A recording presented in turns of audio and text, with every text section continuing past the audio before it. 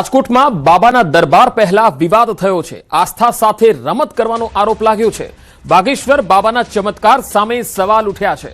સાચા હોય તો અમને ચમત્કાર બતાવો, આવું કહી રહ્યા છે વિજ્ઞાન જાથા। અને સાચા હોય તો ગરમ સળીઓ પકડી બતાવે, પિયુષ જાદુગર પણ આ જ કહી રહ્યા છે। $101 આપવાની પણ જાહેરાત કરવામાં આવી। વિજ્ઞાન જાથા પણ મેદાને આવ્યું છે। કેટલાક લોકોએ બાબાને સમર્થન પણ કર્યું છે। તો રાજકોટમાં બાબા બાગેશ્વરનો એક દરબાર યોજાવાનો છે, પરંતુ એ પહેલા જ અહીંયા વિરોધ વિજ્ઞાન જાથા તરફથી થઈ રહ્યો છે। તેમનું કહેવું છે કે અમને ચમત્કાર બતાવે અને ડોલરનું ઇનામ પણ જાહેર કરવામાં આવ્યું છે। $101 આપવાની જાહેરાત પણ કરવામાં આવી છે। તેમણે કહ્યું સાચા હોય તો ગરમ સળીઓ પકડીને બતાવે।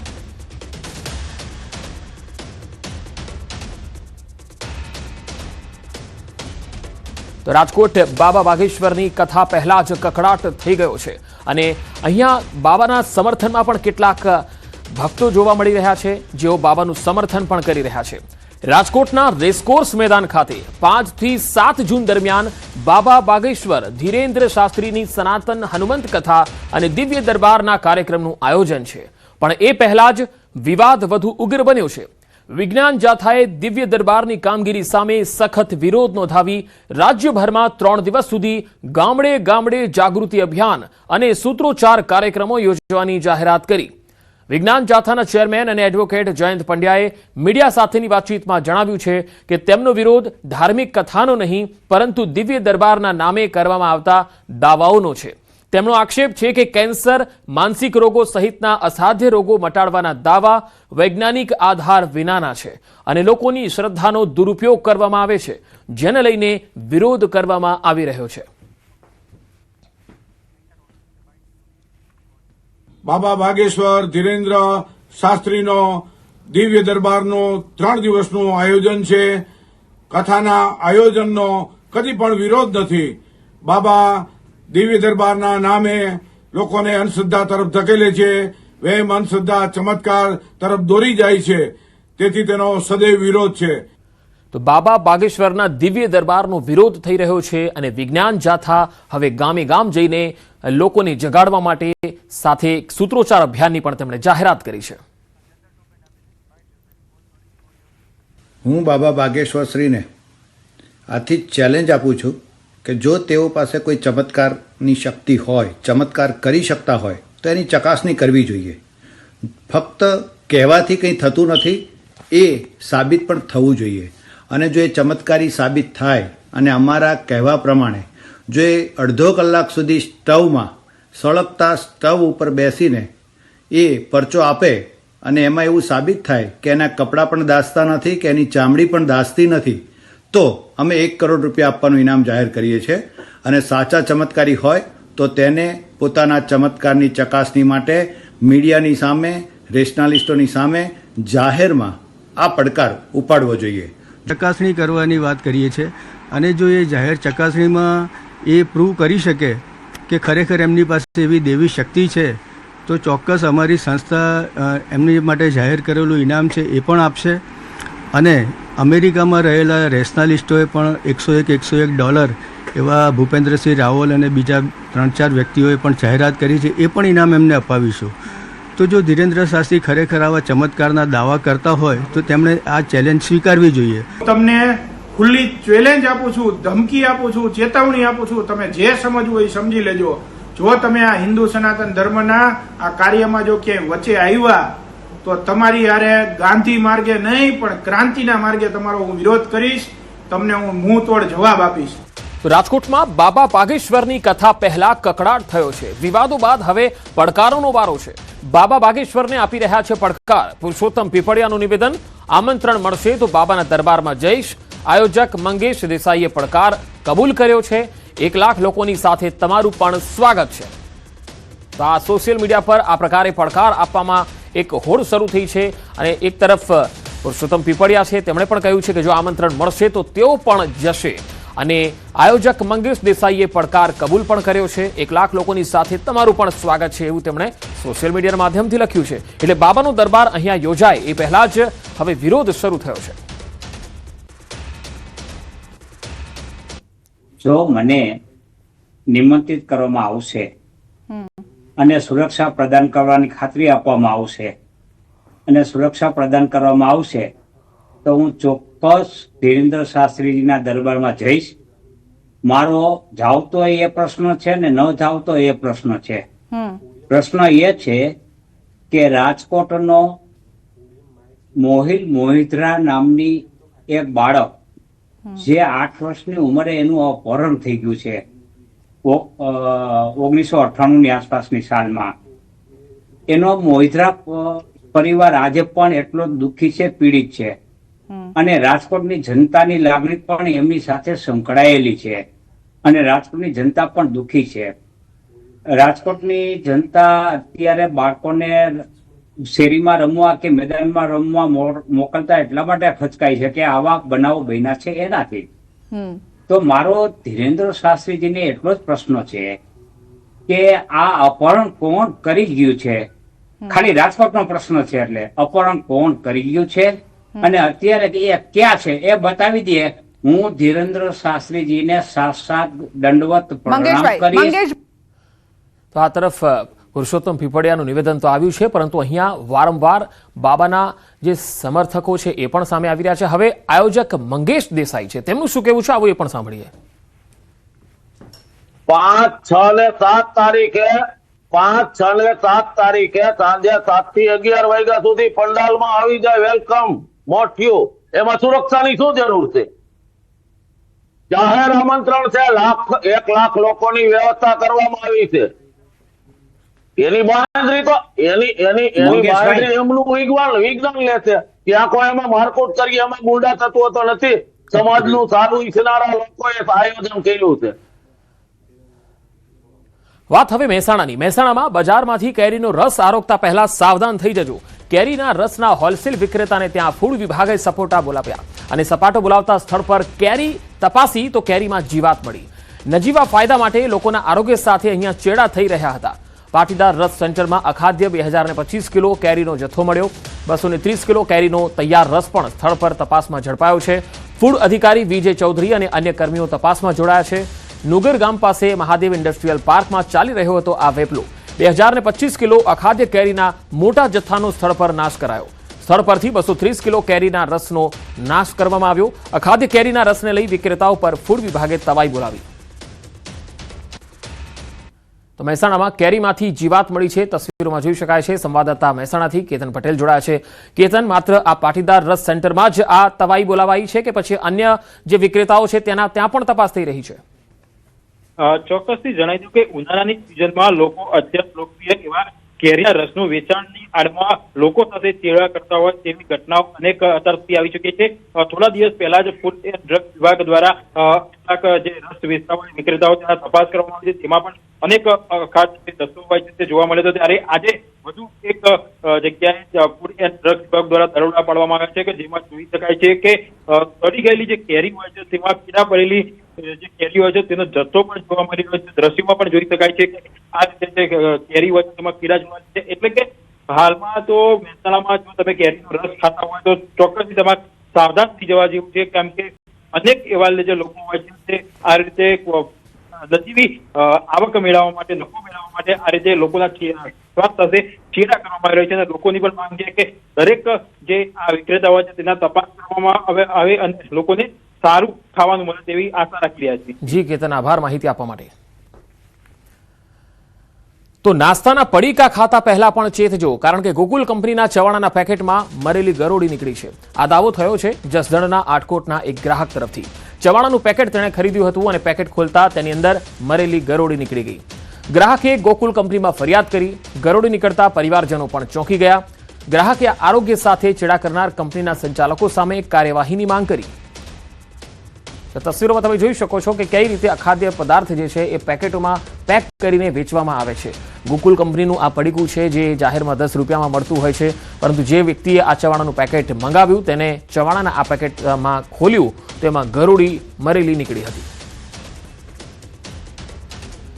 મહેસાણામાં પાર્ક કરેલી ખાનગી બસને ડમ્પરે જોરદાર ટક્કર મારી. કડીના ડરણ ચોકડી પર બનેલી આ ઘટના સીસીટીવીમાં પણ કેદ થઈ છે. આ તસવીરો જુઓ. ખાનગી કંપનીની બસ રોડ સાઈડ પર પાર્ક કરી હતી અને બીજી તરફ બેફામ ગતિએ આવતા ડમ્પરે બસને જોરદાર ટક્કર મારી. અકસ્માતમાં ડમ્પરના ચાલકને ઈજાઓ પહોંચી. ડમ્પરની ટક્કર બાદ બસ હોટલના શેડમાં ઘૂસી ગઈ હતી. તો ફરી એકવાર આ તસવીરો જોઈ શકો છો. અકસ્માતમાં ડમ્પરના ચાલકને ઈજા પહોંચી છે.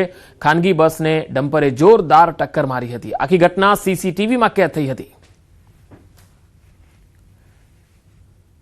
હવે વાત સુરતની. સુરતમાં અકસ્માતની ઘટના સીસીટીવીમાં કેદ થઈ. જહાંગીરબાદ વિસ્તારમાં અકસ્માત થયો. સંસ્કૃતિ સુડા આવાસની બહાર સ્પીડ બ્રેકર ન હોવાથી અકસ્માત સર્જાયો. બાઇક ચાલક રોડ પર નીકળતા અકસ્માત સર્જાયો હતો. આ તસવીરો તમે જોઈ શકો છો. સ્પીડ બ્રેકર અહીંયા હતું નહીં અને તેના કારણે આ જે બાઇક ચાલક હતો એ કઈ રીતે અકસ્માતગ્રસ્ત થયો તમે જોઈ શકો છો. જહાંગીરબાદ વિસ્તારનો આ બનાવ છે. આખો બનાવ સીસીટીવીમાં પણ કેદ થયો. બાઇક ચાલક રોડ પર નીકળતા જ અકસ્માત થયો.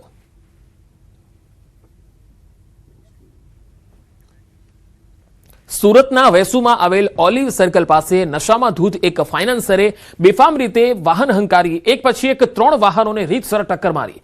આ દરમિયાન અફરાતફરીનો માહોલ પણ સર્જાયો. ટક્કર બાદ 2 કારના બોનેટ પણ ખુલી ગયા. ગાડીઓનો ફુરદો બોલાઈ ગયો.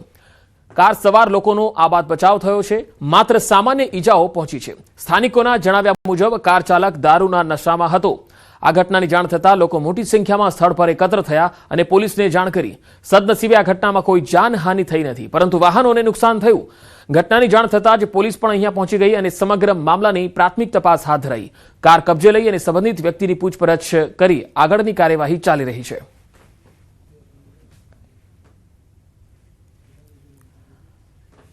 વડોદરાના જાંબુઆ પાસે હિટ એન્ડ રનની ઘટના બની. નેશનલ હાઈવે 48 પર ટ્રકે સાયકલ સવાર વૃદ્ધને ટક્કર મારી. અકસ્માત બાદ ચાલક ઘટના સ્થળેથી ફરાર થઈ ગયો. વૃદ્ધને માથાના ભાગે ગંભીર ઈજા પહોંચી છે. સીસીટીવીના આધારે પોલીસે ચાલકની શોધખોળ શરૂ કરી છે. વડોદરાના નેશનલ હાઈવે 48 પર જાંબુઆ નજીક આ હિટ એન્ડ રનનો બનાવ બન્યો હતો. સાયકલ પર જઈ રહેલા વૃદ્ધને એક ટ્રકે ટક્કર મારી. આ તરફ વડોદરામાં આજવા રોડ પર એક ચોંકાવનારો અકસ્માત થયો. અહીંયા પૂર ઝડપે આવતી એક કારે વૃદ્ધાને કચડ્યા. તસવીરો તમે જોઈ શકો છો.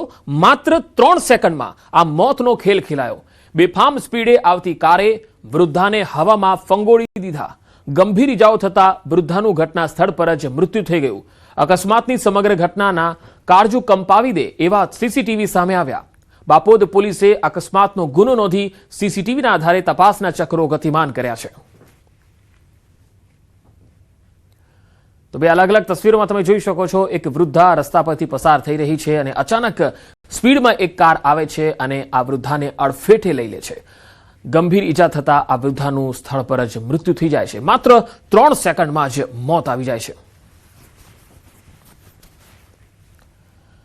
સુરત જિલ્લામાં ગેસ સિલિન્ડરનું એક મોટું કૌભાંડ સામે આવ્યું છે, જ્યાં મૃત્યુ પામેલા ગ્રાહકોના નામે સિલિન્ડરની કાળાબજારી થતી હોવાનું ખુલ્યું. તંત્ર દ્વારા તપાસ કરતા સુરતના કડોદરા અને ચલથાણમાં વર્ષો પહેલા મૃત્યુ પામેલા લોકોના નામે સિલિન્ડરો બુક કરાવી બારોબાર વેચવાનું એક મોટું કારસ્તાન ચાલતું હતું.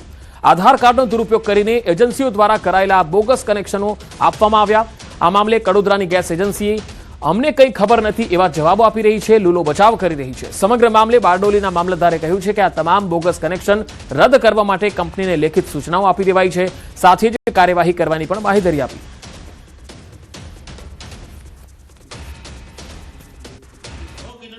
હવે એ જે આવ્યું છે એ ભાઈ બી મરણ પામેલા હતા.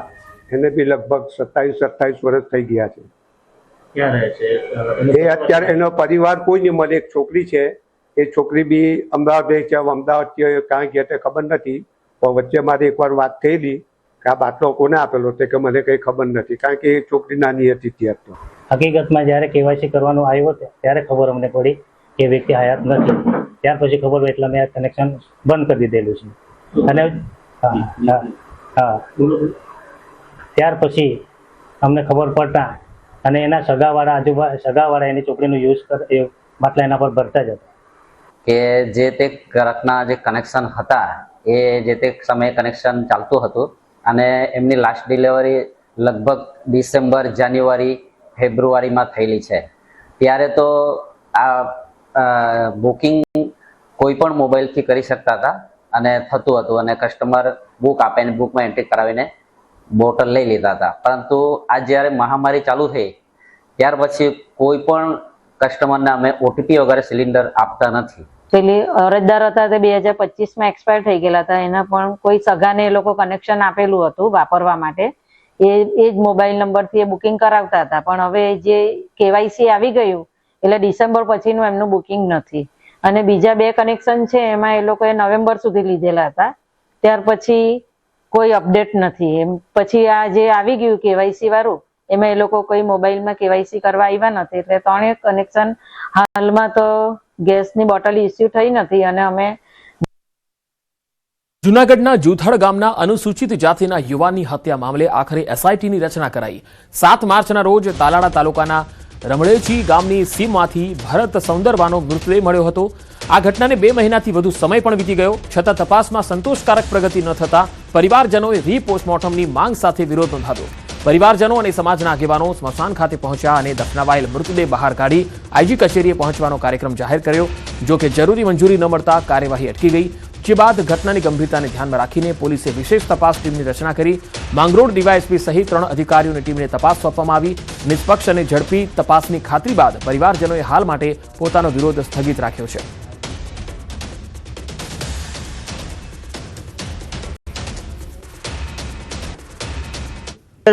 તાલાળા પોલીસ સ્ટેશને અમે 42 ધક્કા ખાધા હતા.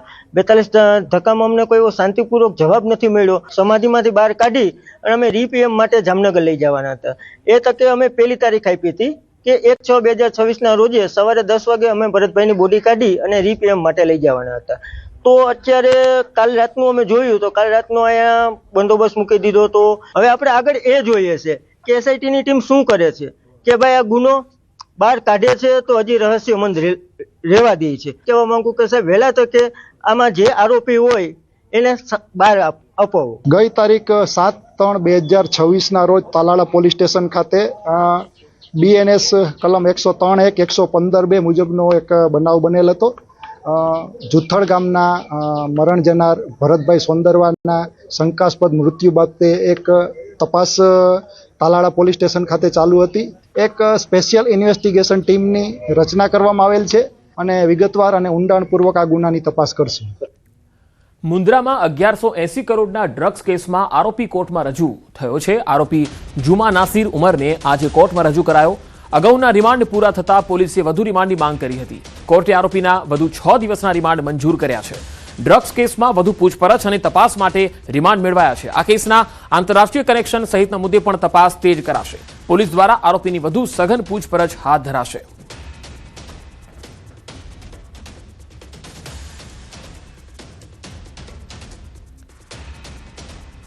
નવસારીના વાંસદા તાલુકા પંચાયતમાં એસીબીએ મોટી કાર્યવાહી કરી. અધિક મદદનીશ ઇજનેર લાંચ લેતા પકડાઈ ગયા. ક્રિકેટ ગ્રાઉન્ડના બિલ માટે લાંચ માંગી હતી. 16,000 રૂપિયા સ્વીકારતા રંગે હાથે પકડાયા અધિક મદદનીશ ઇજનેર. આ ચાલી રહ્યું છે નવસારીમાં અને આવા તો ઘણા ઇજનેરો ગુજરાતમાં અલગ અલગ જગ્યાએ હશે. વાંસદા તાલુકા પંચાયત કચેરીના પાર્કિંગમાં એસીબીએ સફળ ટ્રેપ કરી. નવસારી જિલ્લાના વાંસદા તાલુકા પંચાયતમાં અધિક મદદનીશ ઇજનેર કુણાલ પટેલ 16,000ની લાંચ લેતા રંગે હાથે પકડાયા. કૃણાલ પટેલે ક્રિકેટ ગ્રાઉન્ડના 4.61 લાખના બિલને મંજૂરી આપવા માટે પહેલા 5% પ્રમાણે 23,000ની લાંચ માંગી. જે બાદ રકઝકના અંતે 16,000 નક્કી થયા. ફરિયાદીએ એસીબીનો સંપર્ક કર્યો અને વાંસદા તાલુકા પંચાયત કચેરીના પાર્કિંગમાં છટકું ગોઠવવામાં આવ્યું. લાંચની રકમ સ્વીકારતા આ ભાઈ રંગે હાથે પકડાઈ ગયા. તો આ અધિકારી છે જાડી ચામડીના કે જેઓ સરકારી પગાર લે છે. તગડો પગાર લેવા છતાં પણ સંતોષ નથી અને લોકોની પાસેથી પણ ભ્રષ્ટાચાર સ્વરૂપે લાંચ સ્વીકારે છે.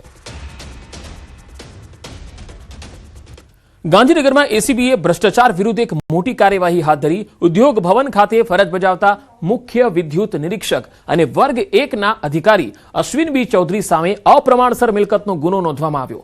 એસીબીની તપાસમાં રોકડ રકમ, સોના ચાંદીના દાગીના સહિત કરોડો રૂપિયાની સંપત્તિ મળી છે.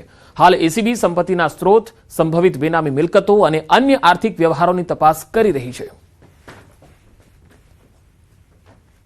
સોલર પ્રોજેક્ટની એનઓસી આપવા મુદ્દે મુખ્ય વિદ્યુત નિરીક્ષક અશ્વિન ચૌધરી સામે કાર્યવાહી એસીબી દ્વારા કરવામાં આવી છે. તેમના ગાંધીનગર અને સુરત નિવાસસ્થાનો પર દરોડા દરમિયાન તેમની કારમાંથી અને નિવાસસ્થાનો પરથી 64 કરોડની અપ્રમાણસર મિલકત મળી આવી છે. હાલ આ મિલકત મુદ્દે અશ્વિન ચૌધરી કોઈ ખુલાસો કરી શક્યા નથી અને આવતીકાલે તેમને ગાંધીનગર કોર્ટમાં આ મુદ્દે રજૂ કરવામાં આવશે. કેમેરા પર્સન હિતેશ પ્રજાપતિ સાથે ગીતા મહેતા, ન્યૂઝ 18 ગુજરાતી, ગાંધીનગર. પંચમહાલના શહેરાના ધારાસભ્ય જેઠા ભરવાડ એક્શનમાં સ્થાનિકોના પ્રશ્નો પર અધિકારીઓ, સરપંચો અને ચૂંટાયેલા પ્રતિનિધિઓ સાથે તેમણે બેઠક કરી. આ બેઠક દરમિયાન ધારાસભ્ય જેઠા ભરવાડનું અધિકારીઓ અને સરપંચોને અલ્ટિમેટમ. શહેરા નગરપાલિકા ખાતે ધારાસભ્યની બેઠકનું આયોજન હતું. એની ફરિયાદો આવતી કે પાણીની ખૂબ જ તકલીફ પડે છે, હેન્ડપંપો પણ ચાલતા નથી, આવી બધી કમ્પ્લેનો હતી. એ અનુસંધાનમાં આજે પાણી પુરવઠા ટીડીઓ, અમારા મત વિસ્તાર 124ના ગોધરાના ટીડીઓ, અધિકારીઓ, પાણી પુરવઠાના અધિકારીઓ, મામલતદાર શ્રી, નગરપાલિકાના સીઓ તમામને હાજર રહી અને જાહેરમાં બધાના પ્રશ્નોની ચર્ચા કરવામાં આવી. એ લોકોને ખાતરી આપી છે કે ટૂંક સમયમાં સાહેબ આનું સોલ્યુશન કરી અને પ્રજાની કોઈ ફરિયાદ ના રહે એવા પ્રયત્નો કરીને અમે વહેલામાં વહેલી તકે આનો નિકાલ કરીશું. અમદાવાદમાં આવતીકાલથી સાબરમતી નદી સ્વચ્છતા અભિયાન શરૂ થઈ રહ્યું છે. મંત્રી ઋષિકેશ પટેલની અધ્યક્ષતામાં અભિયાનનો આરંભ થશે. ગાંધી આશ્રમ પાસે પટ પર એએમસીના પદાધિકારીઓની હાજરીમાં કાર્યક્રમ છે. હાલ વાસણા બેરેજના દરવાજાનો સમારકામ ચાલી રહ્યું છે. નદીમાંથી પાણી ખાલી થતા સ્વચ્છતા અભિયાનનો આરંભ થશે. આવતીકાલથી સાબરમતી નદીનું સ્વચ્છતા અભિયાન શરૂ થશે. રાજ્ય સરકારમાં મંત્રી ઋષિકેશ પટેલની અધ્યક્ષતામાં આ કાર્યક્રમનું આયોજન છે. ગાંધી આશ્રમ પાસે એએમસી પદાધિકારીઓ પણ ઉપસ્થિત રહેવાના છે. સાબરમતીને સ્વચ્છ કરવા માટેનું આ અભિયાન છે અને જે આવતીકાલથી શરૂ થઈ રહ્યું છે. આમાં એએમસીના જે પદાધિકારીઓ છે તેઓ પણ ઉપસ્થિત રહેશે. ગાંધી આશ્રમથી આ જે અભિયાન છે તેની શરૂઆત કરવામાં આવશે. આવતીકાલથી આ સ્વચ્છતા અભિયાન, સાબરમતીને સ્વચ્છ કરવા માટેનું અભિયાન છે.